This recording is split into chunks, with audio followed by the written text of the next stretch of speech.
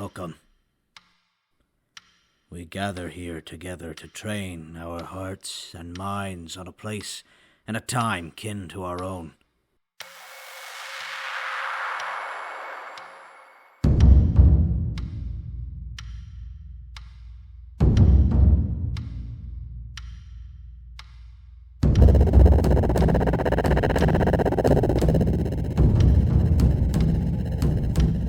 Cursed, it seems, to succumb to their own desperate and tragic end.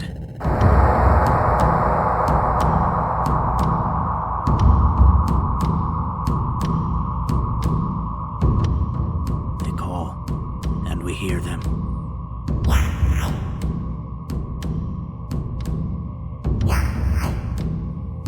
They are hurt,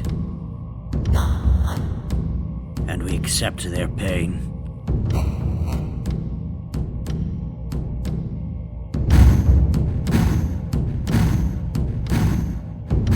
They are at their end, and we will carry them on in our memory.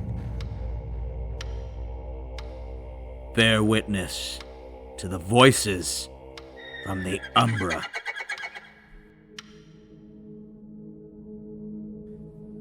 Introducing the Green Thumb.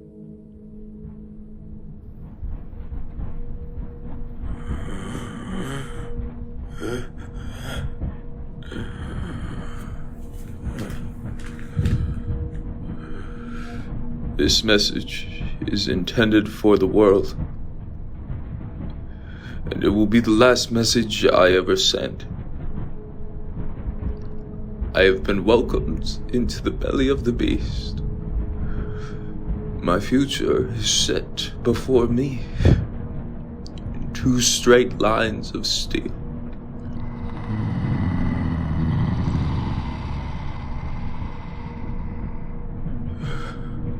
I wish I could remember more things to be nostalgic about.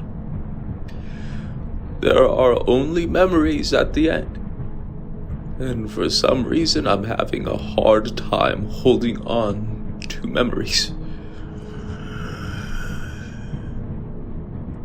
And this is the funny thing about forgetting things. You don't notice the forgetting. You notice the hole it leaves behind. What do I remember? What I can pull out of this piece of mush that I call a brain. The doctor had a friend once. Or was it me? I grew a garden. I gave a speech. I raised a small and beautiful child. And there was so much before that. I'm sure it's somewhere, but I can't find it. It's like snow outside, on the bushes and the rocks. I can't get a good outline. Only a vague shape. The sensation of speed is strange. If I really focus, which makes my eyes hurt, I think I can see my footsteps on the tracks. So very brief. And then the iron beast wipes them away. Forever. Hold. Wait. Where is the walls? The walls are so cold.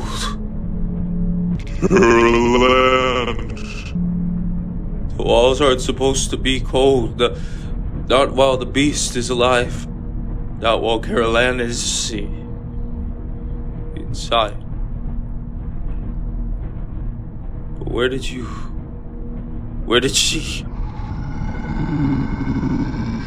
Something is very wrong. This wasn't meant to happen. This pain in my head. This pain in my feet, the pain in my face. And Caroline isn't in the walls anymore. It's not right. It's not how this is supposed to be. What did I do? What did I do wrong? When did she leave? Why am I alone now? I wasn't supposed to be alone. That's not how this goes. Why did she bring me here if she was just gonna leave when all the pain came back?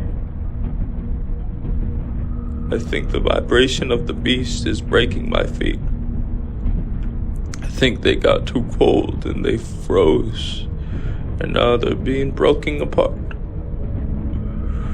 I had a name. I think at one point in time I had a name. I had a mother and a father, and they gave me a name. No. But she must trick me somehow. But why?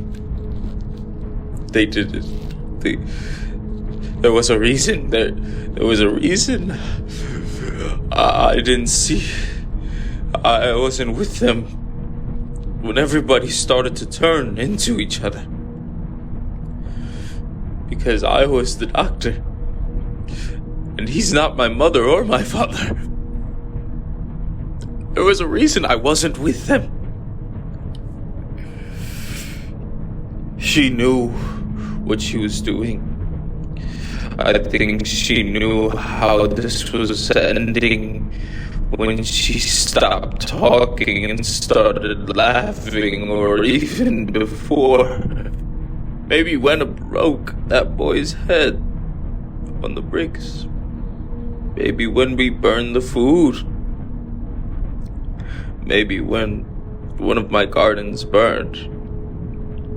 Maybe it was even before that. Maybe she don't even know when she was growing inside the doctor's friend.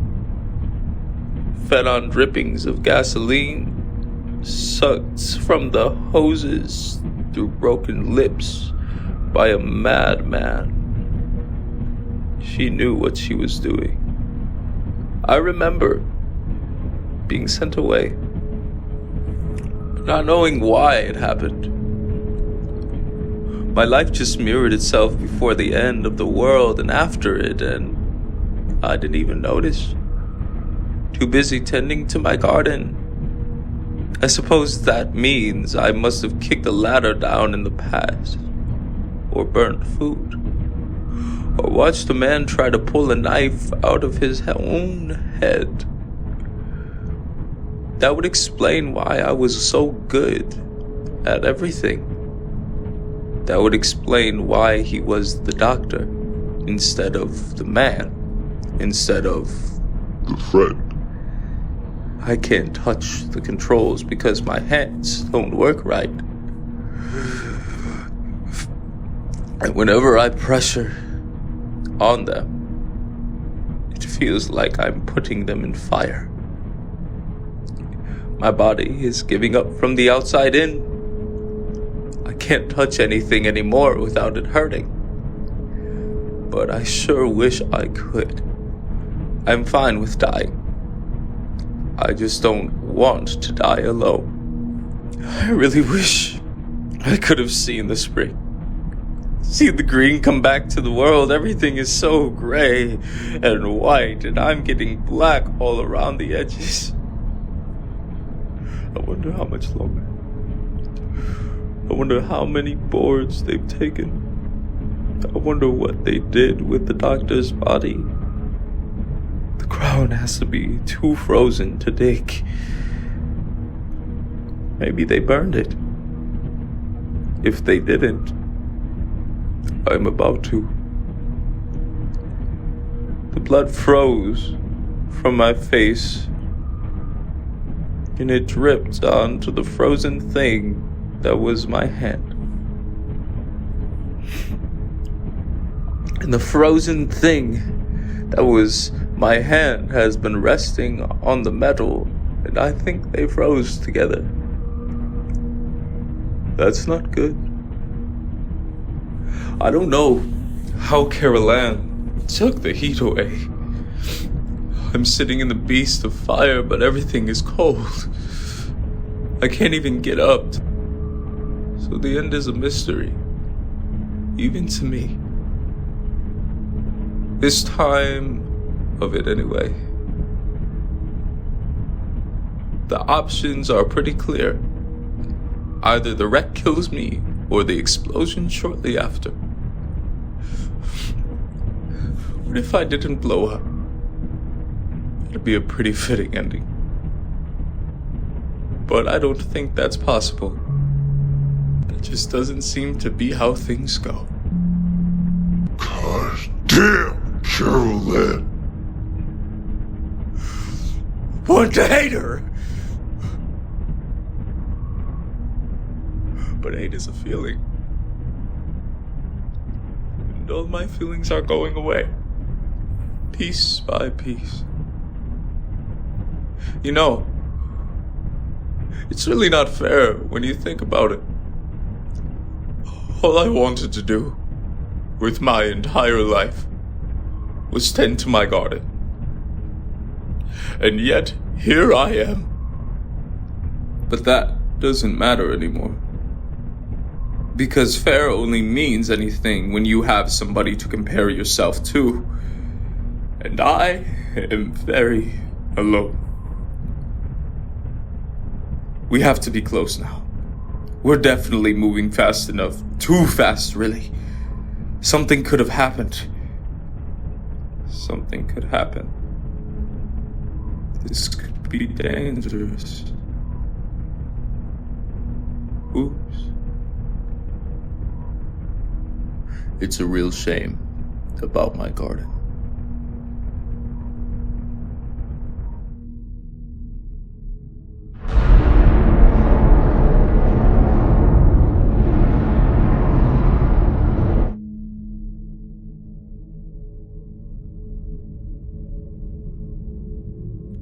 Introducing the Animalist. I can feel the despair growing inside my children as we return to the scene of their most poignant tragedy. It follows and hangs over our little caravan like a dark cloud pregnant with tears. I hear them whisper to each other. Telling each other that they will not look. They promised themselves that they wouldn't look, that they wouldn't be back, that they would be gone forever. Maybe. If they were making their own decisions, that might be true. But they're not.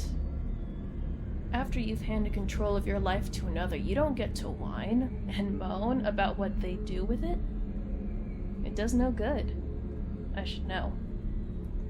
But they're very young, despite many being older than me. Young where it counts.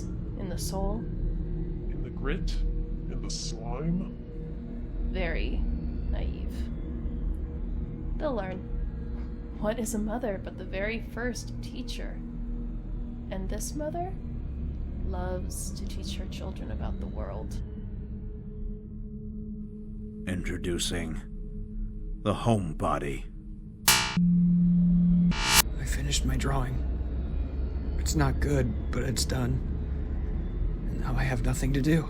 I've looked across the sea of blobs, and I haven't been able to see Janice. No, I have nothing to do. I've realized that I don't think I'll be able to get back down from here. Now I have nothing to do. Nothing to do except for make a decision, I suppose. Nothing to do but sit and try to figure out how I want this thing to end. And then I guess I'll have one thing to do, at least. The Animalist. It seems as though my instincts aren't the only instincts that have led to this place. Huge masses of blobs, drifters, even some hybrids of the two, they're all heading the way we're heading. Something is pulling all of us in this direction. My children are weeping, openly. Some of them have begun to scratch at their skin designs. One man dropped to his knees and tore at the base of his throat, right at my pattern, right at my little supernova gift. The fear had taken what was left of his mind. It should have been left to me. In his deranged, fear-infected mind, he tore out his own esophagus. Some ran to help, but I stopped them with a look and a motion.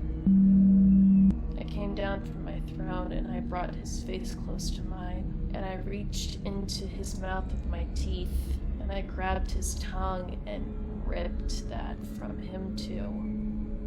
He died alone. He died a worthless, ungrateful death. He choked on a tube that had willingly ingested the blood of a child hours before. He wasn't made for this world, and this world will not mourn him. I threw the piece of tongue into the next sewage drain we crossed. It belongs with the rest of the trash.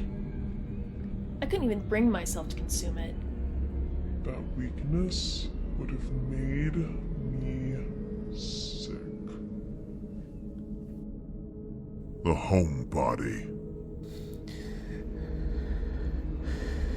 I wonder if anyone actually saw my posters, or my billboard, or the little art pieces that I left around.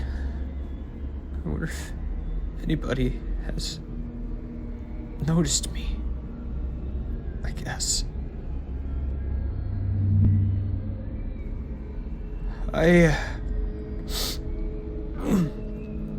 There's a real desire in me to be noticed by somebody else. I think a lot of who I am, or maybe who I was, I think a lot of that is all based on what other people thought of me. And now that there's no people, or at least no people around me, I feel like I don't have much of myself. I've lost track of how many times I've wondered if I'm actually already dead. In weird ways, too. Like, I'll think, maybe I'm the first person to ever die, and this is where you go after you die, and that's why there isn't anybody else here. Sometimes that really makes sense to me, which is probably a bad thing when I think about it. I'm talking so much about so little because I'm nervous, I think. It's hard to tell, but I think nervous is a good word for it. Animalist. My children grow more and more nervous as we move toward this epicenter. I can understand their fear, for those of them still human. It must seem a very inhospitable place. For those of us that have shed that boundary and that way of thinking, it's somewhere we must be.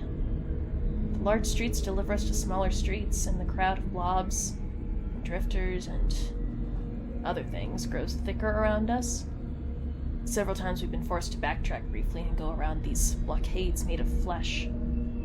There's a new scent in the air. Something deeper than all this surface-level annoyance. It's so nearly familiar to me, and yet faint enough that the mental picture it conjures is fuzzy and lacking definite shape.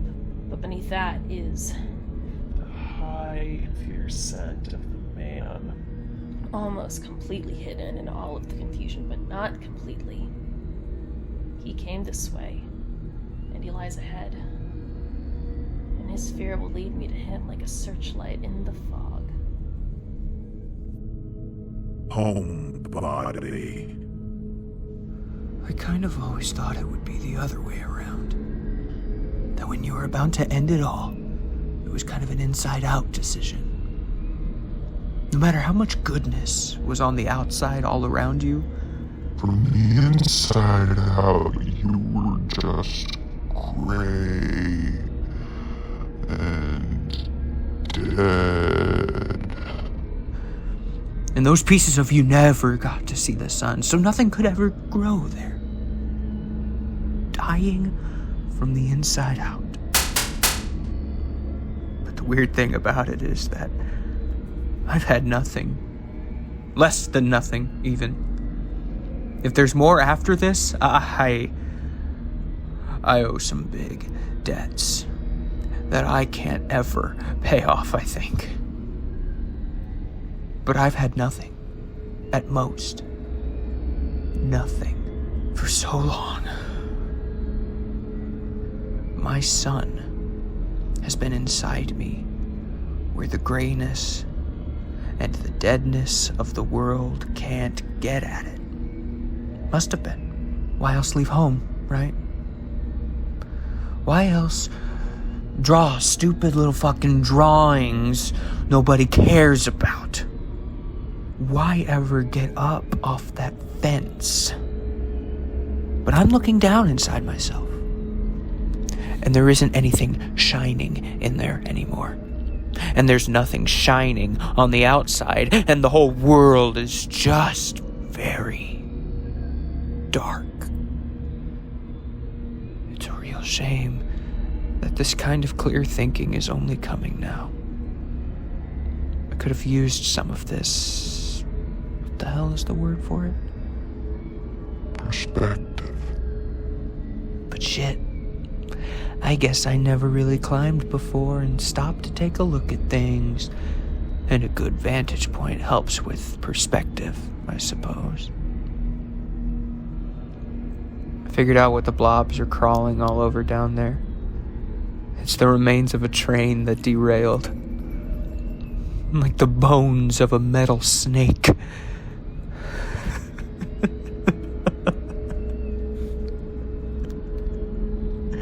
It must have burned for days.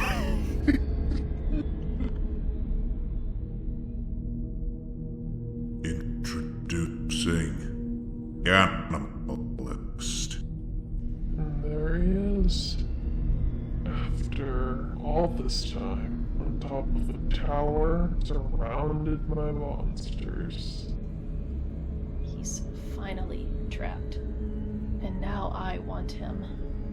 Now my patience is wearing dangerously thin. I need this man gone. I need him gone so the last human pieces of me can finally fade into nothing. Their mission accomplished. I need him gone so that I don't have to need anything ever again.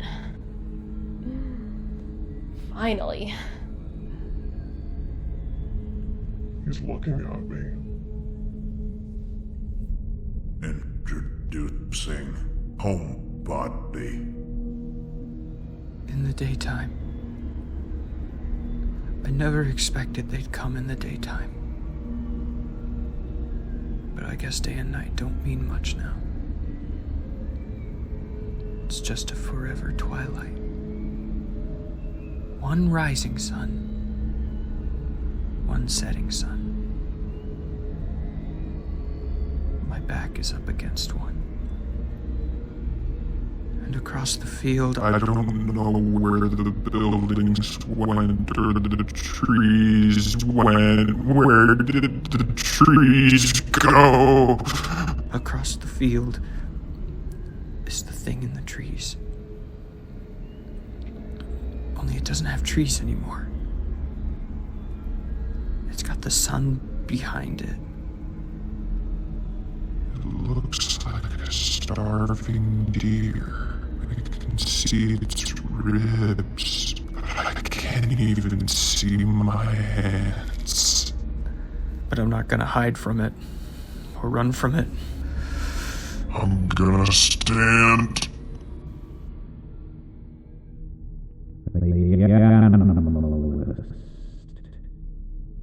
The fear and the cowardice flows in waves off of the man and off my pitiful children around me. There is a hate within my body that is cold and biting, and it moves my pulse until it's directly behind my eyes, and with each beat of my heart, I see less of the world and I see more of my prey, tantalizingly held out of reach. A mote of monstrosity separates me from the only thing I care about in this moment. I was brought here. The world brought me here because it needed me here. The world needed me here at this moment, at this time. This is what's supposed to happen. And I'm supposed to take him into my arms and fasten my mouth onto his and bring the poison from deep within myself and fill that frail body with it. That is the way of the world, and that is what is needing to happen. He's moving.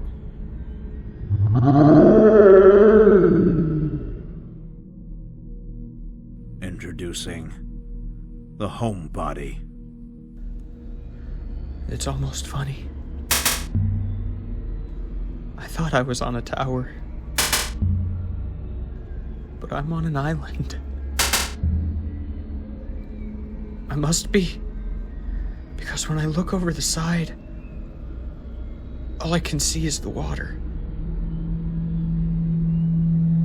Something I love is in the water. My family is in the water. I can see them down there. I've got a wife, and I've got a daughter, and they're one person. They're the same person. And they want me to be one person with them. And I think it's time to do that.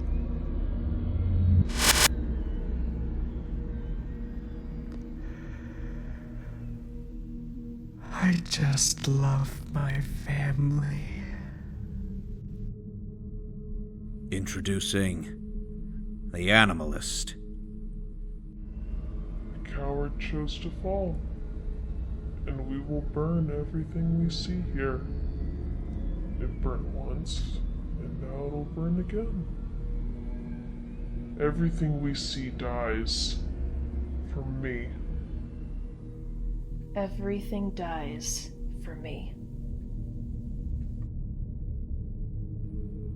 Introducing G.I. Jane. Parenting Report 913. Created on a cold but sunny afternoon. Location? Under a dead tree in the northern section of the park. I keep expecting something to go wrong. I keep expecting to wake up one morning and find out that she's stopped breathing in the night. Or maybe that she was never here at all and I've been dragging around a baby doll like some kind of a lunatic from a bad movie. I keep expecting the world to take her back because, I mean, come on. Humans are done, right? But through the night, and into the mornings, and all through the days, she's still here. Which means, I suppose, that I ought to start thinking about the future. Which is a daunting task with daunting options.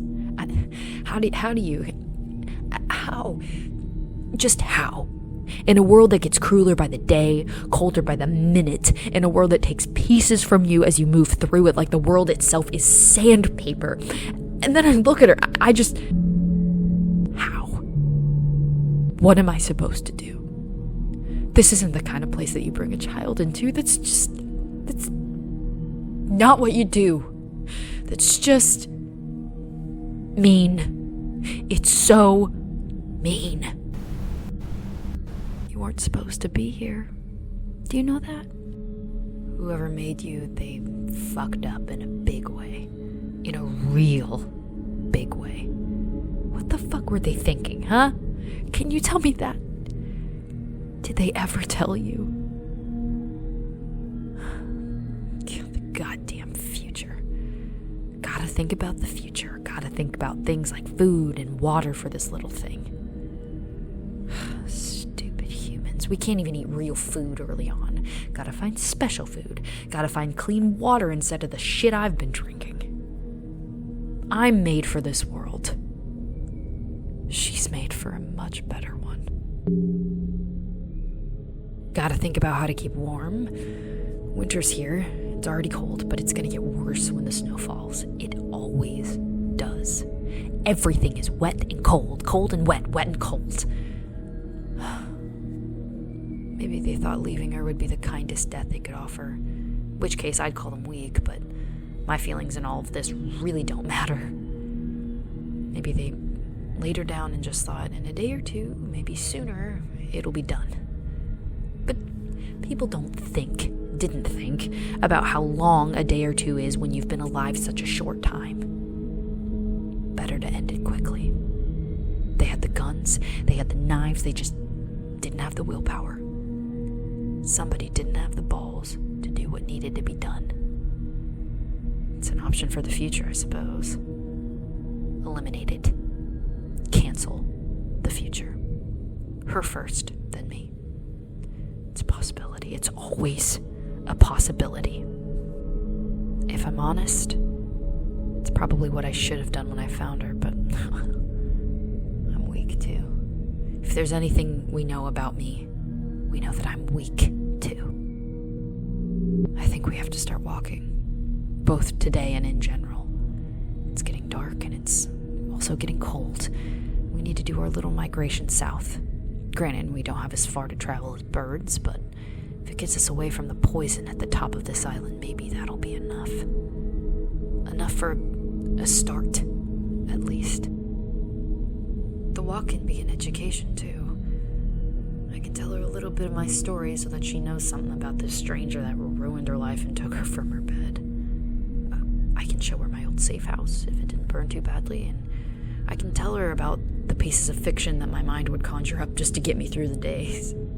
I can show her the crumbling street that led down into the subway and explain the stretched and twisted abomination that was the worm in the tunnels. I can try to explain the things I know about the monsters that own the world now. I can talk about my first interactions with their people, the notes and the mystery and the overwhelming force displays, about the music in the streets and the violence and the burning, about the fear and confusion of a dream answered with a nightmare. Maybe I'll talk about the new tricks my mind was playing, not just making me something different than what I am, what I was, but bring back my past and placing it alongside me. A coping mechanism that finally overloaded and started doing more harm than good, first giving me my past through this film of nostalgia, and then ripping that cover away, exposing the truth. Or maybe it didn't overload. Maybe it worked just fine. Maybe that was the only way for me to do what I needed to do. To find a tiny piece of sanity again. I don't know. I'm not a doctor. I'm not anything. I could show her the park and explain how my ear was lost and try to describe what it feels like to dip in and out of sanity like you're hovering on the edge of sleep for hours. And then we could walk into the tall building and I'd tell her about how my world fell apart and about how she is lucky. She's lucky it's happened to her before she can even make the memories. She'll carry the hurt of it, of course, but pain is a given in this world and she won't be an exception to that. And when we're leaving the tall building, we won't go north. There's too many times that just ended in tragedy. I just don't think I can make that mistake again.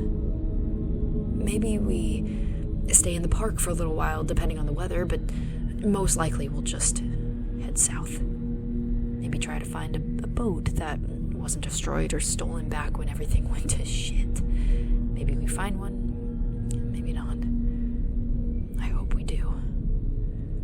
I'm sure it won't be any easier out there, but at least it'll be new. It'll be different. I think we both could use something different. Speaking of different, I started drawing a little bit again. I've done it for years, just a hobby, but not lately at all. Felt like time. That's what I was doing actually before making this recording. Oh, another thing. The baby has a small scab right at the base of her throat. I need to keep an eye on that. An infection and winter and moving all at the same time would be a lot to deal with. The goddamn future. Half of me wants to go back to being fucking delusional. Just slip back into that insanity, let it carry me away. And the other half of me wonders if I might have done that already. So, that doesn't help. I just wish it was all for something, you know? I just want there to be a reason behind all of it. And there's just too much shit that I don't know, and that I'll never be able to know, and I can't figure out how to get my head to stop shouting at me about that. What do you think? Does your brain shout at you every second you're awake? I'm not sure it does. I think you'd cry a lot more if it did, and you don't really cry all that much. Which is impressive because, I hate to tell you this, but you've got a terrible life. You are very nice to talk to, though. You're a good listener. And very portable, which is handy. I just keep telling myself to prepare for the day the world takes her back and I don't get to have her anymore. This isn't a kind world. This is a cruel world that breaks down kind things as much as it possibly can. And she is a very kind thing. But, fuck, I mean, what can you do, right? You can't change the world. Sometimes you just have to live in it. I suppose that's what we're gonna do. We're just gonna live. The following audio was recorded at an organization dinner held before the release of the podcast. Grandfather Spaulding is the final person to speak. Ladies and gentlemen, people of personal and professional renown, my friends, as we come to the end of this evening, we step ever closer to a new beginning. The most important chapter in our history has nearly begun. And all I can think to say to everybody is, thank you. I'd like everybody to take a moment and indulge me. If you could just close your eyes, gaze off into the middle distance, stare at the floor until it disappears. Just untether yourself from here and now. Let your imagination have as big a canvas as it could possibly use for this. I want you to imagine, if you would, the story we're about to give the world. I want you to remember the amount of effort that each and every single one of you has put into that story. I want you all to remember just how powerful stories have been through our history. How much they've guided the development of this species, quite literally shaping us, shaping our world, and even shaping the intangible way we think and perceive ourselves. My friends, my family, we are joined in a powerful line of history through a string of storytellers, shamans, leaders, rabbi, parents, gurus, drifting back through the ages, through the centuries, through the millennia, until that string reaches slightly hairier, bestial versions of ourselves, telling stories around the fire. We are simply the next evolution. Using story to push humanity beyond its current bounds, using story as a fire to push back the darkness of the forest. Only now, we've a much larger, much darker, and a much more mysterious forest to contend with. And we will. Because we have the voices. I want you to meditate for a moment on the possibilities that lie ahead of us. People, real people, will finally get their chance to discover something incredible about who we are. This is a possibility to connect so many people that are bereft of any other tie to each other. Imagine the hundreds, thousands of people across the globe who will hear this story we're unraveling. They'll let it into their minds, and it will become part of them. We will, simply through our acting as a conduit for a grand story, be a part of who they are forever. It's an incredible honor. It's an incredible responsibility.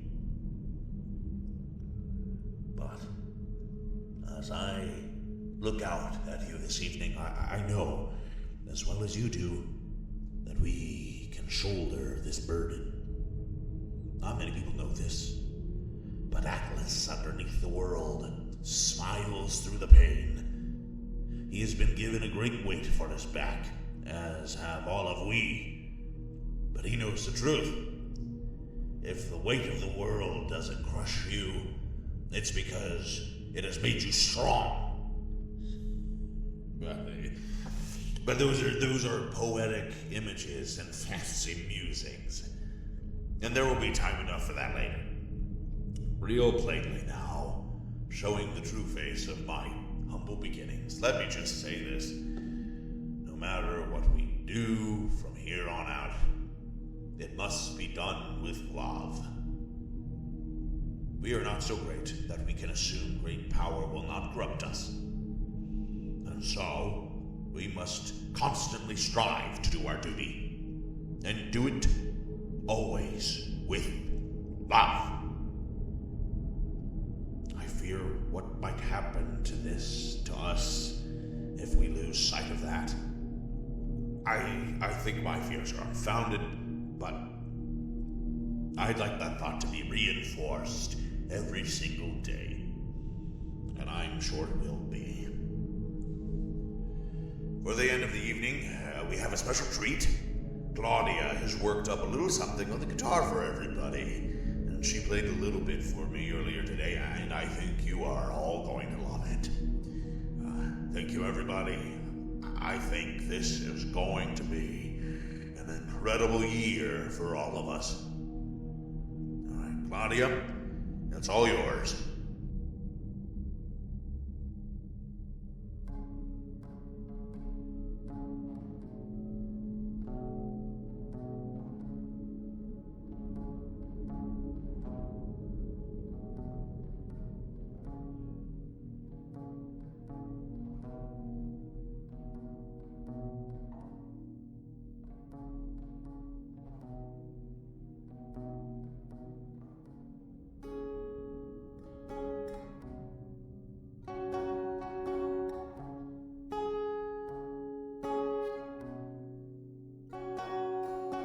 The Voices from the Umbra project is now finished.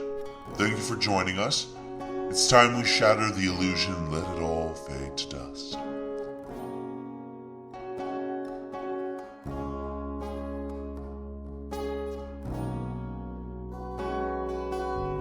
We would like to thank our artists who gave us a glimpse into the world of Other Earth.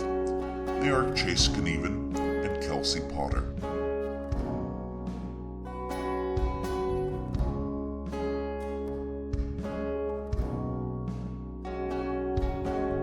We would like to thank our vocal talent who brought our subjects to life. They are James Booker III as the Green Thumb, Betsy Eliza as the Animalist, Joe Hanson as the Homebody, Liz Martelli as G.I. Jane, and Chase Knueven as Grandfather Spaulding.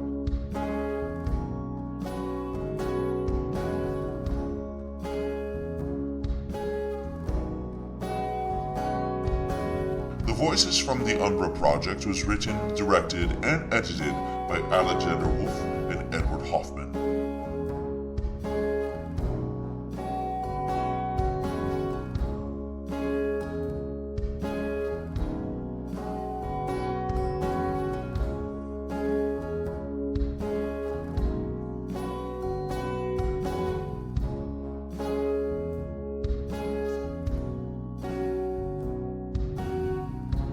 Thank you, one final time,